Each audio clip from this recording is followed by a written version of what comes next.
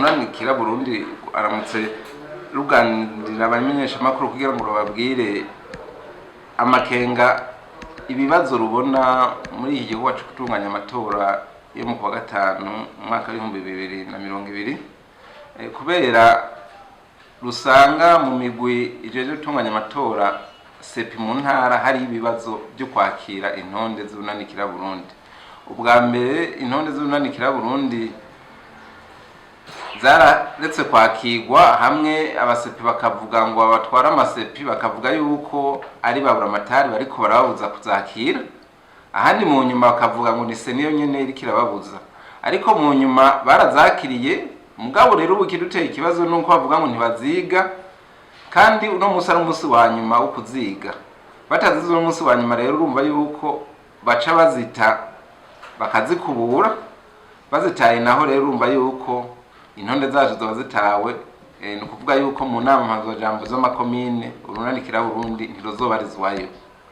Igituma tubivuze ni ukugira ngo tumenyeshe abantu n'amakungu ko arakamaramaza igihe byoshika ntibatwigira intonde, kuko aho itegeko rigenga amatora ryategekanije nko kuwitoza ku rwego rw'umukuru w'igihugu kwamurenganije ashobora kwitura isentare yubahiriza ibwirizwa shingiro, aho ni mu ngingo y'103 y'iryo tegeko.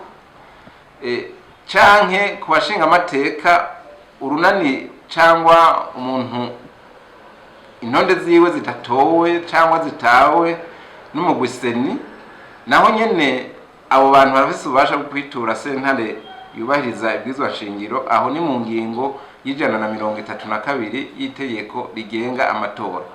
Ariko muri ibyo bijanye n'amatora yo mu makomine y'abahanuzajambo b'amakomine, ni ukuvuga iriya migwi ya seni itunganya amatora mu ntara izitaye, ntaho iryo tegeko ryategekanije ko umuntu ashobora kwitwara.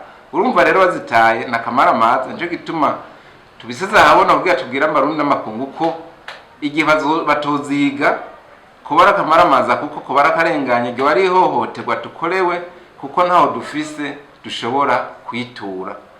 Murakoze. Mu mategeko misanzwe baravuga yuko abantu batanga izo ntonde, ariko kubijanye n'ukuntu zigwa hariya mu ntara muri ya migwi itunganya amatora yo mu ntara ntibisiguritse neza nk'uko ku kijanye n'ico umukuru w'igihugu n'ikijanye n'ico abashinga amateka. Ku kijanye n'ico umukuru w'igihugu aravuga yuko umugwi seni uvyiga mu misi 4 uhejeje kubibaha, ariko naho nyene babwiza kuguha ibyo buze ukibaha iyo dosi.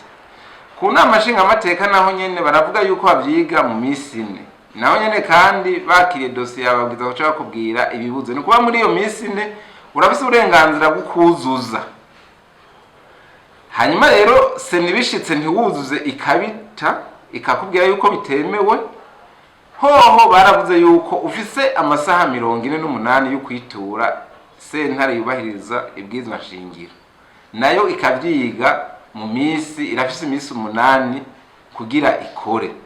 Ariko mu by'amakomine aho hantu ntahahari, ntituzi rero yuko bimeze nk'uko nuko uko bimeze ari uko. Urumva rero ibintu itegeko ridasigura neza, umuntu wese ashobora kubifata nk'uko yishakiye.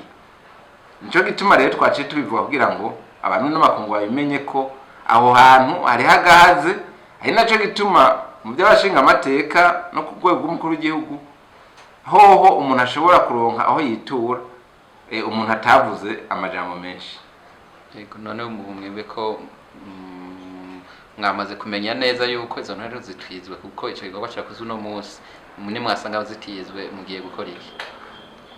Sinzi ko mu nyuma bahava baziga, ariko uko amakuru twaza turaronka kuba duserukira mu ntara, mbere n'abandi ba muri iyo migwi nyene ijeje gutunganya amatora mu ntara, mbere tutanari kumwe no kwita ko nabo duhiganwa, bamwe bazi ko bazava mu migambwe, usanga bariko barigamba babwira ngo rega ngo za ntonde zanyu ntazo twize. Ivyo rugasanga nakamaramaza. Urumva rero hamwe batazize, nico gituma twabivuze ntitubona ukuntu dushobora kwitwara, kuko ntimitegeko ntavyo tubona. Urumva tuza ngaho nyene ugashaza ukababara. Dushaka rero kuba kwicwa n'umubabaro kuko twari twiteguriye kuja muri aya matora, nico gituma dushaka ko bayadukuramo.